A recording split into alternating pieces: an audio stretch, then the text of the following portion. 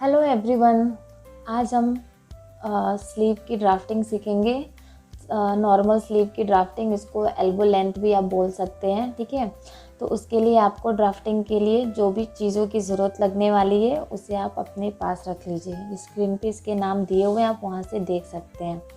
तो चलते हैं, अब हम स्लीव की जो ड्राफ्ट है वो शुरू करते हैं। तो सबसे पहले आपको क्या करना है, पेपर लीजिए और पेपर को इस तरीके से आपको डबल फोल्ड रखना है। ये देखिए, ये इस तरीके से पेपर का जो है वो डबल फोल्ड रखा है मैंने। अब हम शुरू करते हैं ड्राफ्टिंग। तो ड्राफ्टिंग के लिए आपकी जो स्लीव की जो लेंथ है सबसे पहले हम वो लेंगे। तो मैंने यहाँ पे जो स्लीव की लेंथ है वो मैंने 11 इंच ली हुई है। तो आप की जो लेंथ है, अगर आप 10 इंच रखना चाहते हैं तो आप 10 इंच भी रख सकते हैं या 12 इंच भी रख सकते हैं। तो मैं यहाँ पे 11 इंच भी इस तरह से डॉट लगा रही हूँ। इसके बाद मैं यहाँ पे एक ऊपर से नीचे की साइड में 2.5 इंच पे एक डॉट लगा रही हूँ। ठीक है, ये मैं आपको बताऊँगी बाद में कि ये मैंने क्यों लगाया है। अब इसके बाद मैं यहाँ पे अपनी स्लीव की चौड़ाई के लिए मैं यहाँ पे डॉट लगा रही हूँ। तो मेरी यहाँ पे स्लीव की चौड़ाई मैं यहाँ पे लगाऊंगी 5.5 इंच पे। इस तरीके से आपको लगाना है और मैं लाइन एक खींच दे रही हूँ। अब इसके बाद 1 इंच पे एक डॉट लगा लीजिए या 1.5 इंच 2 इंच भी आप ले सकते हैं अगर आपके पास कपड़ा मार्जिन ज़्यादा है तो। ठीक है, अब मैंने यहाँ पे जो 2.5 इंच पे जो डॉट लगाया था उस पर एक मैं सीधी लाइन खींच दूँगी इस तरीके से, देखिए। ठीक है, और एक लाइन में ऊपर की तरफ खींच दूँगी। इस तरीके से आपको ऊपर की तरफ एक लाइन खींच देना। अब जो मैंने 2.5 इंच पे एक डॉट लगाया था वो एक्चुअल में आर्म होल के लिए था, तो यहाँ पे मैं 9.5 इंच पे डॉट किया मैंने मार्क। अब यहाँ ऊपर की तरफ से आपको एक 2.5 इंच पे वापस से एक डॉट लगाना है अंदर के साइड से। अब आपने जो 9.5 इंच पे डॉट लगाया था उधर आपको इसको इस तरह से आर्म होल का शेप देते हुए मिला देना है। अगर आप प्रॉपर शेप नहीं दे पा रहे हैं तो आप पहले एक स्ट्रेट लाइन खींच लीजिए इस तरीके से। इसके बाद आप उसको शेप दीजिए। ठीक है, अब इसके बाद मैं यहाँ पे स्लीव की जो लेंथ है उसको मैं एक स्ट्रेट सीधी लाइन खींच के मिला दे रही हूँ इस तरीके से।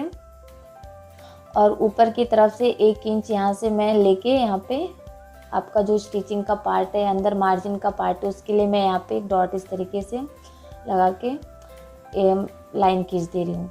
तो अब आप देख सकते हैं इस तरीके से मेरी जो स्लीव की जो ड्राफ्ट है, मार्किंग है, वो यहाँ पे इस तरीके से दिखेगी। अब इसके बाद हम इसे कट कर लेते हैं। तो कट करने के लिए आपको सबसे पहले आपका जो भी एक्स्ट्रा है उसे हम कट कर लेंगे। तो मैं इस तरीके से नीचे से इसे कट कर रही हूँ। ठीक है, मैं यहाँ पे आपको पेपर पे बता रही हूँ। तो अगर फर्स्ट टाइम सीख रहे हैं या बिगनर्स हैं तो आप इसको पहले पेपर पे सीखें इस स्लीव को, उसके बाद आप कपड़े पे इसको कर सकते हैं। मैंने यहाँ पे सिंगल फोल्ड पे मैं इस तरह कट कर रही हूँ। अगर आपको इसको 4 फोल्ड पे रखिए, मतलब पेपर को आपको 2 रखिए, उसके बाद आप उसको फोल्ड कीजिए। जिससे क्या होगा, आपकी जो स्लीव हो वो एक साथ 2 निकलेगी। यहाँ पे मैंने यहाँ पे सिंगल पेपर लेके उसको डबल फोल्ड किया हुआ है, तो मेरी यहाँ पे जो स्लीव है वो एक निकलने वाली है। तो ये चीज़ का ध्यान रखिएगा, अगर आप कपड़े पे कट कर रहे हैं तो आप कपड़े को दो फोल्ड करके उसके बाद आप उसके कपड़े को फोल्ड करेंगे। तो इस तरीके से आपके कपड़े की जो 4 फोल्ड होगी टोटल। अब यहाँ से मैं यहाँ पे जो एक हाफ इंच की जितना लेके अंदर के साइड से इस तरह से मार्क कर रही हूँ। आप कम से कम हाफ इंच ले सकते हैं क्योंकि वो आप अंदर की तरफ से आपको लेना है। तो इस तरीके से मैं यहाँ पे इसकी कटिंग कर ले रही हूँ। ये जो आपकी स्लीव है उसकी वन साइड आपका थोड़ा सा हाफ इंच थोड़ा छोटा रहता है। ठीक है, अब आप देख सकते हैं इस तरीके से मेरी जो स्लीव की कटिंग है वो यहाँ पे कंप्लीट होती है। इस तरीके से जो स्लीव की कट है वो कंप्लीट हो गई है। अब देखिए, बहुत इजी डिज़ाइन है एंड बहुत ही सिंपल तरीके से मैंने आपको सिखाने की कोशिश की है। तो अगर आज का हमारा ये वीडियो आपको पसंद आया है तो प्लीज़